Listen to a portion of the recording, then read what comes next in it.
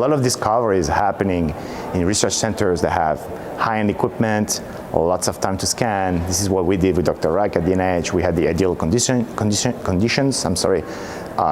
to discover biomarkers. The next step is how you translate that and make it available to routine, clinical protocols running all across the nation in the hospitals, right?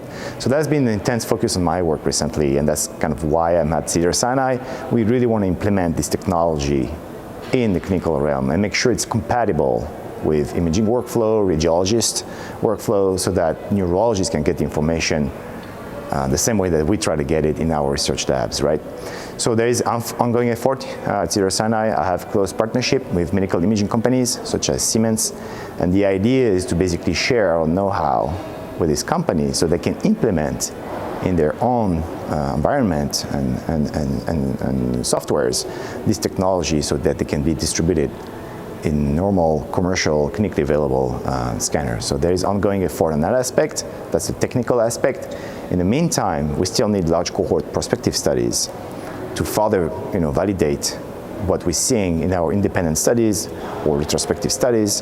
And this is what the NIH has been funding for the past 2 years. And this is again a co-effort between the Cleveland Clinic and Dr. Antaneda and Cedars-Sinai and Dr. Sykot. We're collating this, what we call the CAVS-MS study, which is aimed at validating the sequence I developed, the central vein sign that we discovered, the pearls that we currently as well are studying in a large prospective cohort of 400 patients, which are currently enrolling. We're about close to halfway through the study.